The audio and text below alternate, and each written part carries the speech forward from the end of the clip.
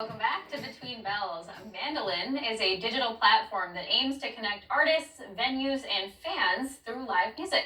The company is teaming up with #Ivoted to host a digital concert on Election Day to support voter turnout. Here to tell us more is Mary Kay Huse, CEO and founder of Mandolin. Mary Kay, great to have you with us on the show. So this day sounds very exciting. What is it going to look like? How many artists are performing, and how exactly are they performing? Sure, it's very exciting. We have almost 600 artists confirmed, and it is very much like a digital festival. We have over 17 stages, and on each stage there will be 14 hours of continuous content.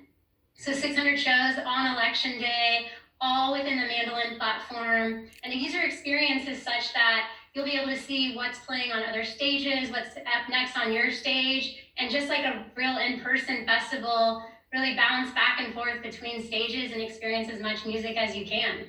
And Mary Kay, can attendees attend any of the stages at any time? If so, it feels like it's maybe a more seamless experience than trying to figure out which stage to go to, fight through the crowds in a real music festival. So what does that actually look like for the attendees? We absolutely believe there are benefits that the digital medium are going to provide. But yes, they have access to all the stages. There are start times, so it will run as a schedule, and there's a festival grid where you can be doing the discovery just like you would in person. It's just clickable. After the show, all of the shows will be available for 24 hours of replay, but on the day of, you'll see different shows starting at different times. And Mary Kay, a lot of these kinds of virtual events thus far obviously have been to encourage voting in support of certain candidates, but you are just supporting voter turnout because it is on Election Day. So how do people get involved, and how are you supporting voter turnout through this program? So we've partnered with the Ivoted Festival, which was founded by Emily White, and she's a real innovator in the industry. And this was something she started earlier when she noticed the thin margin in the 2016 election. So it is nonpartisan, and how she has even filled this schedule with the artists is based on low voter turnout states and getting artists from those states to represent.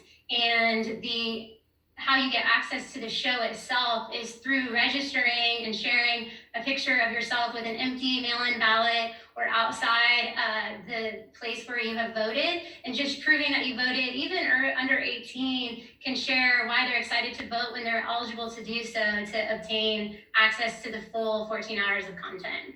Mary Kay, certainly, especially this year, people are going to want entertainment, some form of relief. On Election Day, what have the submissions looked like so far? What does demand look like amongst attendees?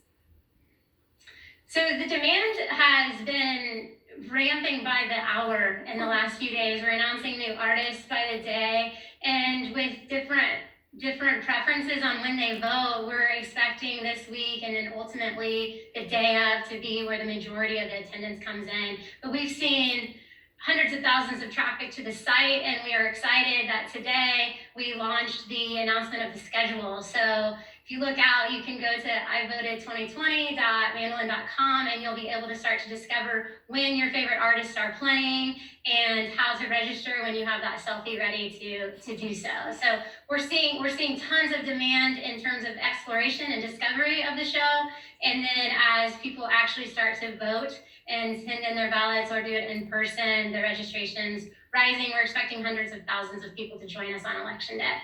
Wow, those are some impressive expectations there, Mary Kay. If we do look at the live streaming concert space in general, even pre-pandemic, we had seen things like concerts inside the world of Fortnite, for example, just this rise in some ways of virtual concerts. What do you think the role of live streaming concerts will be, even when it is safe to get out there, go to real life music festivals? What do you think that role will be in the future?